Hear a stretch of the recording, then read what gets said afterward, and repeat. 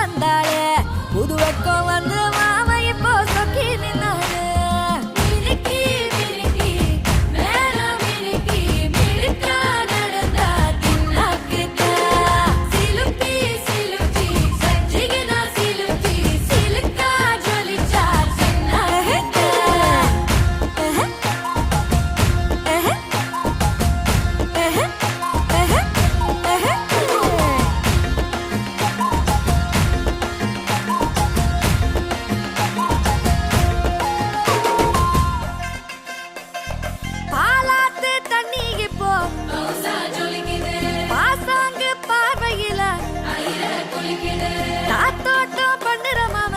தலப்பா நெளியுது